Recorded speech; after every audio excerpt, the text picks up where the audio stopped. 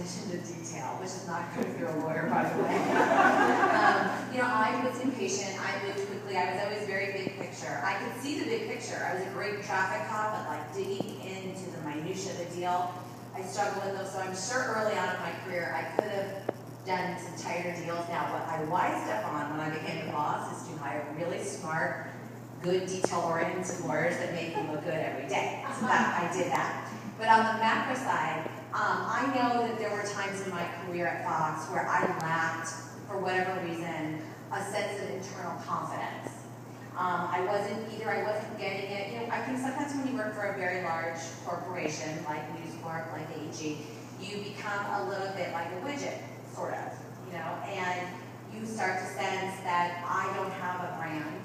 I'm part of a very large organization, but am I personally that important? And sometimes a byproduct of that, and I don't believe it's intentional as a corporate culture, but a byproduct of that is you don't realize that you are important, you don't realize that you're good, okay, that you know what you're doing, right? And I think it took me too long, I'm afraid to say too long, to really get a sense that I knew what I was doing and I was confident.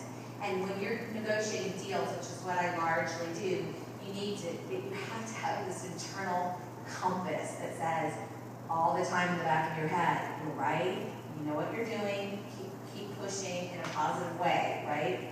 And I think I'm better at it today than I was earlier in my career, but I have to tell you, there was an absolute moment where I discovered, external to my job, that people did think I knew what I was doing, and that I did have a brand, that I had a way in my negotiations that people responded to favorably.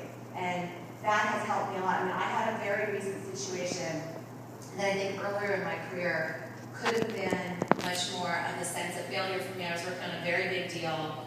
I was leading the deal all the way up through the end. We closed. We were going to have a big press conference and press announcement, and I was supposed to be the representative from Fox that was announcing the deal, and I had stayed up all night, preparing for this press conference with all these reporters. By the way, on the work-life balance, I was at Disneyland, because it was my son's end of the summer.